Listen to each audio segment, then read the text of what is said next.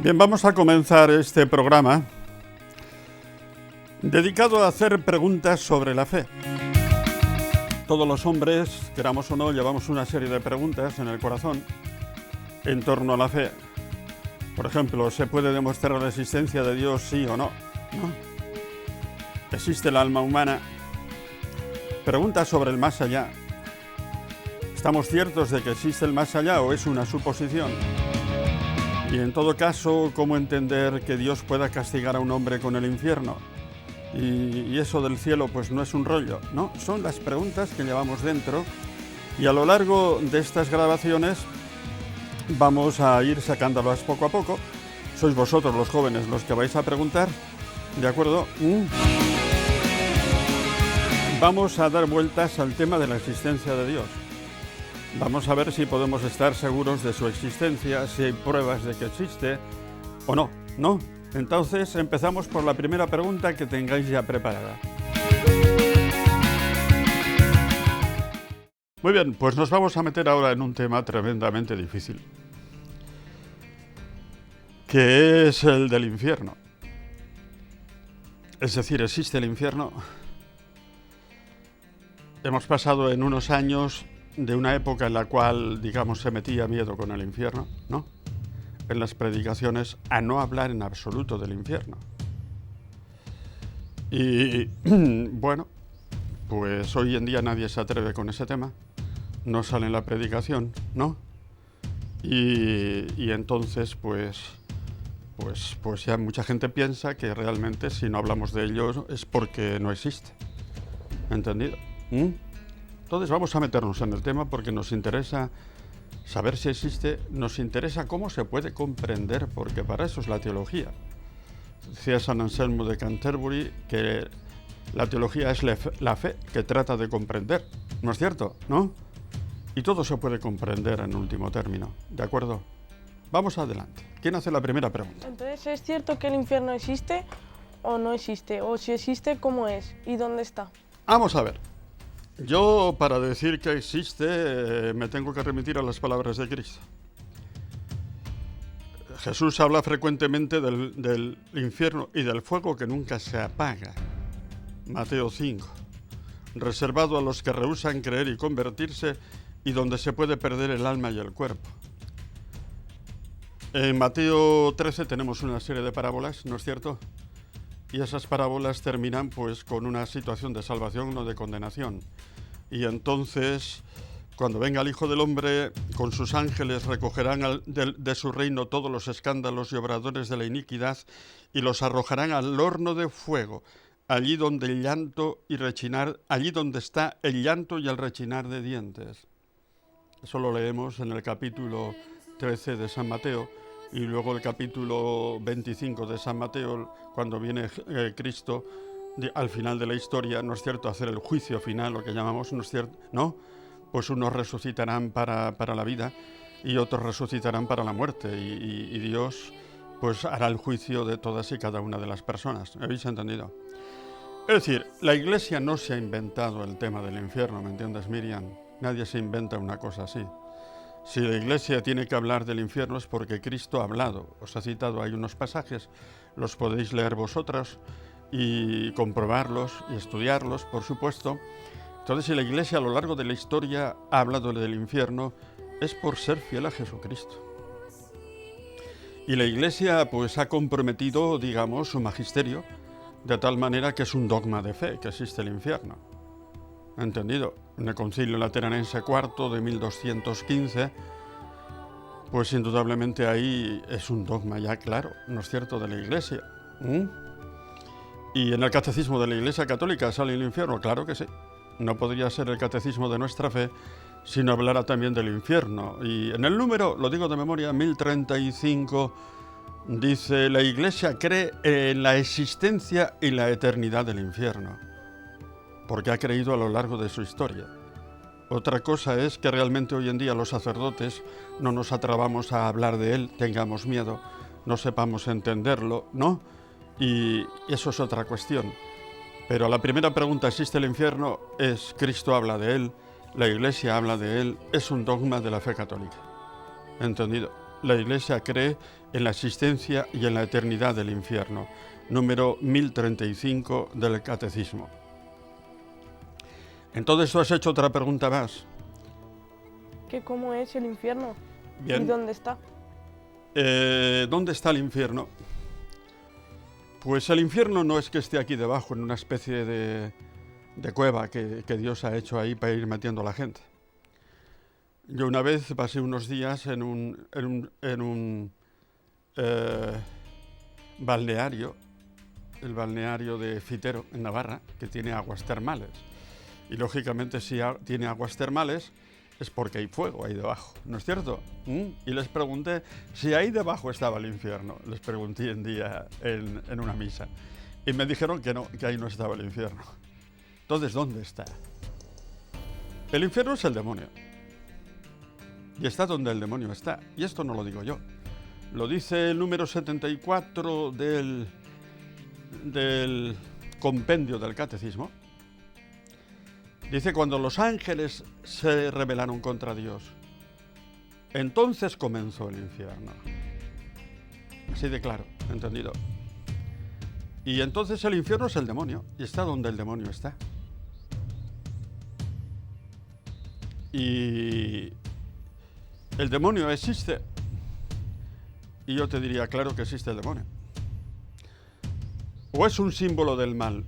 Jesucristo habla del demonio en términos de un ser personal. Le llama príncipe de este mundo 3 veces. Le llama padre de la mentira y homicida desde el principio, refiriéndose al pecado original, ¿no?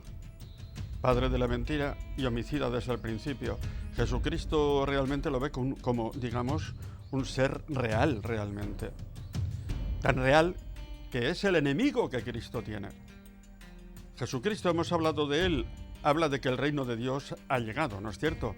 Aquí está la salvación. ¿Y cuál es el enemigo de ese reino? Los romanos, los soldados romanos, no. Jesucristo no dijo nunca, el reino de Dios ya está aquí porque los romanos empiezan a marcharse. Si hubiera dicho eso, yo sería teólogo de la teología de la liberación. Jesucristo dijo, si yo echo los demonios con el dedo de Dios, es que el reino de Dios ha llegado ya a vosotros. Y entonces Jesucristo se presenta como el más fuerte que domina sobre el fuerte, el demonio, y le desposesiona de su poder. ¿Me entiendes? Y entonces, indudablemente, el infierno está donde está el demonio. ¿Entendido? No es un lugar físico que lo podamos encontrar por ahí debajo. Y hablaremos entonces de cómo entender el fuego del infierno. Porque ciertamente no es un fuego de cerillas, ¿no es cierto? En el más allá no hay cerillas. ¿Estáis de acuerdo conmigo? ¿No? Pero ya lo explicaremos. Entonces, indudablemente existe, porque existe el demonio. El demonio está condenado ya definitivamente, ¿no es cierto? ¿No? Y entonces todos aquellos que nos ha dicho Jesucristo mueren sin una conversión, entonces indudablemente pues se condenan también y van con los ángeles malignos, ¿no es cierto?, a lo que llamamos el infierno. Pero ¿cómo Dios, siendo bueno, puede crear el demonio? Es que Dios lo creó bueno. Dios no creó el demonio. Los ángeles, un grupo de ángeles se rebelaron contra Dios y fueron ellos los que se convirtieron en demonios, ¿me entiendes? Por su pecado. Un pecado que no sabemos en realidad en qué consistió, porque la Escritura no está escrita para satisfacer nuestra curiosidad, pero de eso hablan varios textos del Nuevo Testamento, ¿entendido? Y entonces, pues, indudablemente Dios los hizo libres, cometieron un pecado que suponemos que es superior al que podemos cometer nosotros, porque tenían un conocimiento de Dios más perfecto que el que tenemos nosotros, ¿no es cierto? Y tuvo unas consecuencias trágicas. Y claro, Dios es que les creó libres. Lo mismo que nos ha creado a nosotros libres, ¿no es cierto? ¿Sí o no? Pero después, con esa libertad que Dios nos ha dado, podemos ser santos o podemos ser las personas más horribles de este mundo, ¿no es cierto? ¿No es cierto? Vosotras tenéis la misma libertad que otros que andan por ahí y que otras chicas que se dedican al pecado, ¿no es cierto? ¿No? La misma libertad. La misma libertad. Es que la libertad, si Dios nos hace libres, ha corrido un riesgo, ¿no es cierto? Porque la libertad significa poder decir sí o poder decir no y rebelarnos contra Dios, ¿no es cierto? Entonces, indudablemente, Dios hizo al demonio, no lo hizo. Hizo los ángeles buenos y ellos, por una rebelión contra Dios, se hicieron malos por sí mismos. Eso es lo que nos dice la Iglesia y lo podéis leer en el Catecismo perfectamente. Os he leído ya el número 74 del compendio, pero que es resumen del Catecismo más gordo, el que todos tenéis, y ahí lo podéis leer realmente. Pero si Dios es infinitamente bueno, ¿cómo puede permitir aún con mi libertad que yo me condene? Ahí está, pero es que te condenas tú. Yo digo una cosa, que Dios al hacernos libres ha corrido un riesgo, ¿me entiendes? ¿No? Y con la libertad con la que uno es santo, por ejemplo, ayer celebrábamos San Juan de la Cruz, con esa misma libertad otro es el mayor sinvergüenza que existe en este mundo, ¿me entiendes? Que sinvergüenzas tenemos muchos, no es así, es la misma libertad. Dios podría haber hecho al hombre sin libertad, pero un hombre sin libertad no sería hombre, ¿no es cierto? Dios nos ha creado muy parecidos a Él porque nos ha dado el gran don de la libertad. Y entonces con esa libertad podemos cometer crímenes horrorosos y con esa libertad nosotros podemos hacer maravillas, ¿no es cierto? Con la gracia de Dios. Entonces, a mí hay una cosa que como que me suscita un poco de inquietud, ¿no? Porque ha dicho al principio que antes se hablaba mucho del infierno, ahora no se habla nada, ¿no? Que parece que hay un cambio de fe ahí, ¿no? Y también me parece un poco más... puede parecer un poco más bueno o mejor lo que se hace ahora, ¿no? Porque ¿cómo va a ser compatible hablar del infierno, meter miedo, cuando se supone que el cristianismo es la religión del amor y del perdón de los pecados? Parece como que eso de meter miedo, pues como que no es lo más adecuado. Entonces tenemos que entender un poco el infierno. Tratamos de entenderlo, ¿sí o no? Porque para eso es la teología. Mirad, cuando el catecismo habla del infierno tiene una palabra que es magnífica. Dice que es un estado de autoexclusión. Es decir, se condena a aquellos que en su soberbia no son capaces de pedir perdón de sus pecados.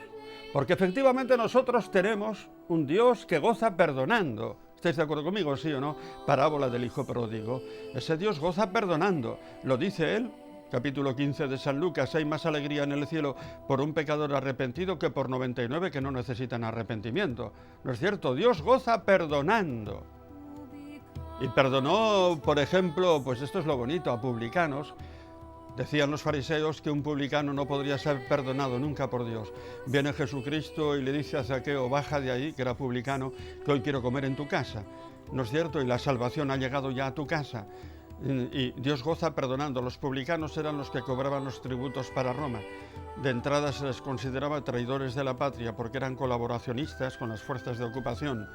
Pero es que además eran unos ladrones, cobraban los tributos y robaban de tal manera que en poco tiempo se enriquecían. De ahí que el cargo de publicano se subastaba y se lo quedaba el mejor postor, porque unos años de publicano ya te habías hecho rico, ¿no es cierto? Y los fariseos decían, ni Dios mismo puede perdonar a un publicano. Viene Jesucristo y goza perdonando a un publicano o a una prostituta. Aquella mujer que entra cuando estaba comiendo Jesucristo en casa de un fariseo y entonces entró con un perfume muy caro. ¿No es así? Le lavó los pies al Señor y se los enjugó con sus cabellos. ¿Os acordáis? Y dice el fariseo que le invitó, si supiera quién es esa mujer que le está tocando, ¿no es cierto? ¿No? Y Jesucristo le contesta, mira, yo he venido aquí y tú no me has lavado los pies, ¿no? Y esta mujer pues ha venido y le dice Jesucristo a esa mujer, es impresionante. Yo me la imagino siempre pelirroja, ¿entendido? Le dice, anda, vete y no peques más, ¿no es cierto? Ahí tienes el perdón. Una prostituta puede preceder en el reino de Dios a los fariseos. Ahora bien, aquel que en su soberbia no es capaz de pedir perdón se autoexcluye del perdón de Dios. ¿Me habéis entendido? Hay por ahí un netarra, cuyo nombre no quiero decir, y él ha dicho ha cometido muchos crímenes. Y él ha dicho públicamente que no se arrepentirá nunca de eso. Yo le digo, muy bien, te arrepientas, creas o no creas en Dios, cuando te mueras te vas a encontrar con Él. ¿Entendido? Te va a juzgar. Y te vas al infierno. ¿Entendido? Y entonces la pregunta que nos hacemos es si el orgullo del hombre puede llegar a tal punto que sea incapaz de arrepentirse. ¿Entendido? Yo recuerdo una vez que hablando del infierno una señora preguntó, pero es que eso del infierno no me cabe en la cabeza porque hay una desproporción entre el pecado del hombre, ¿no es cierto?, por grande que sea, y el infierno, que es eterno. Y yo le dije, mire usted, señora, yo le voy a decir una cosa. Y se lo pregunto a todos los que están oyendo esta conferencia, le pregunté. Dije, ¿creen ustedes que el hombre es capaz de reírse de Dios, sí o no? Se creó un silencio. Y entonces unos cuantos dijeron, claro que el hombre se puede reír de Dios. Entonces, si el hombre se puede reír de Dios, él mismo se autoexcluye del perdón. ¿Me habéis entendido, sí o no? Y entonces ahí está. Que es un estado de autoexclusión. Tú dices, no me quiero arrepentir, y entonces Dios te condena, claro. Responde con la condenación, pero porque tú no te quieres perdonar. Entonces, claro, nos tenemos que preguntar si tenemos capacidad de arrepentimiento. Y entonces, si tenemos capacidad de arrepentimiento, pues podemos decir, el infierno no es para mí. Es bonito poder decir eso, ¿no es cierto? Yo como sacerdote pues he visto a gente que ha llorado, que se ha arrepentido de sus pecados, y luego le tienes que decirme usted, si usted sigue así, el infierno no es para usted. ¿Entendido? Si vuelve usted a pecar otra vez, búsquese un cura y arrepiéntase con todo el alma, con un arrepentimiento sincero. ¿Me lo promete? Se lo prometo. Muy bien. Entonces eso es lo bonito, que podemos caer en el infierno y no tenerle miedo. ¿Me habéis entendido? Y no tenerle miedo. Y entonces eso del fuego, ¿qué es? No es un fuego de cerillas. En el más allá no hay cerillas. El infierno es la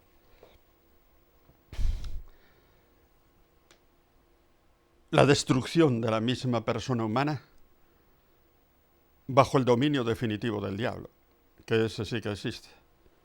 De tal manera que bajo ese dominio definitivo del diablo no se puede amar ni ser amado.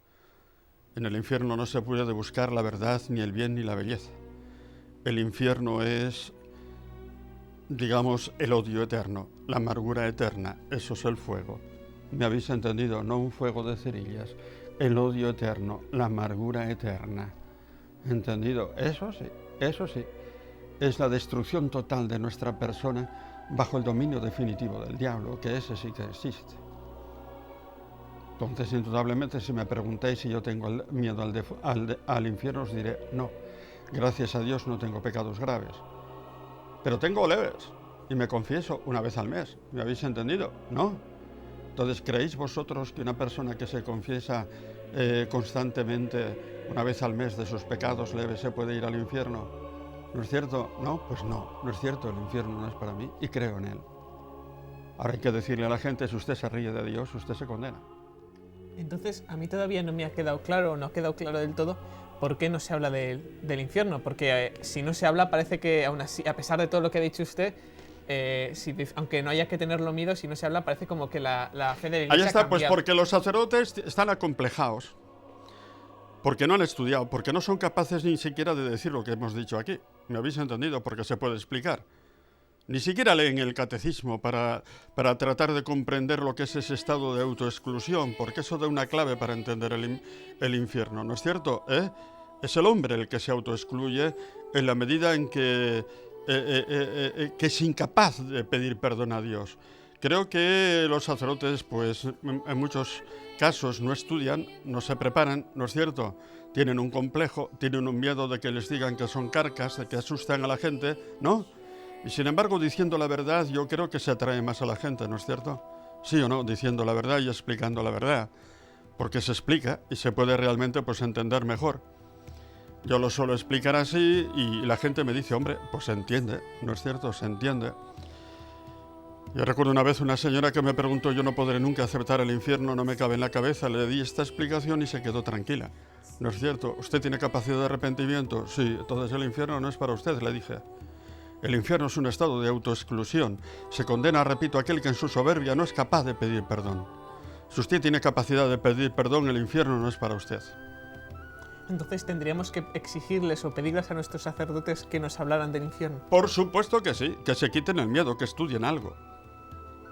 Entonces, pues tampoco se atreven a hablar del pecado original, porque no lo estudian, porque no lo comprenden. Y tampoco se atreven a hablar ni siquiera de las palabras de Cristo, porque claro, todo está unido, ¿me entiendes? ¿No? Y es Jesucristo el que habla del infierno. Y a veces, pues no se lee suficientemente ni siquiera los evangelios. Y muchos sacerdotes, pues, caen en la rutina, no se atreven a hablar de eso, ¿no? quieren ser políticamente correctos. ¿No es cierto? ¿Sí o no? Y hoy en día lo que hay que hacer es ser políticamente incorrectos. Porque la verdad nos obliga a ello, ¿no es cierto? A hablar del perdón de Dios, pero a hablar también del peligro que corremos de condenación. ¿Y es verdad que el demonio te puede poseer? Posesiones Pues diabólicas. hay posesiones diabólicas, ciertamente, pero muy pocas, menos de las que pensamos. Y además te voy a decir una cosa. Está claro que allí donde existe el bautismo cristiano, hay menos posesiones que donde no existe. Porque el bautismo nos da, digamos, una fuerza ya contra el demonio, ¿me entiendes? ¿Y las posesiones diabólicas existen? Sí, pero son menos de las que se piensan. Pero existen. Yo conocí una, pero si me meto a contarla, no. Pues no sé si vamos a tener tiempo. Yo quisiera contestar una cosa, ¿hay que tenerle miedo al demonio, sí o no? Yo diría, en la medida en que nosotros utilizamos los sacramentos, en la medida en que nosotros rezamos, no le tenemos miedo al demonio. ¿Lo habéis entendido? Ahora, si yo no rezara, si yo no acudiera a los sacramentos, le tendría miedo. ¿Entendido? El demonio está vencido por Cristo. ¿Me habéis entendido? Y por lo tanto, si tú rezas, si tú acudes a los sacramentos, si vas a misa frecuentemente, si te confiesas, ¿no es cierto? No le tengas miedo al demonio, está vencido por Jesucristo. Pues hemos hablado algo del infierno, creo que algo hemos entendido. ¿No es así? Un estado de autoexclusión. Cuando yo leí esas palabras del catecismo dije, qué bien está esto. ¿Entendido? Se condena a aquel que en su soberbia no es capaz de pedir perdón. Entonces, ¿qué ocurre? Pues la consecuencia es que tenemos que acudir al sacramento de la penitencia y entonces saber que estamos liberados del poder del mal, indudablemente. Pues nada más.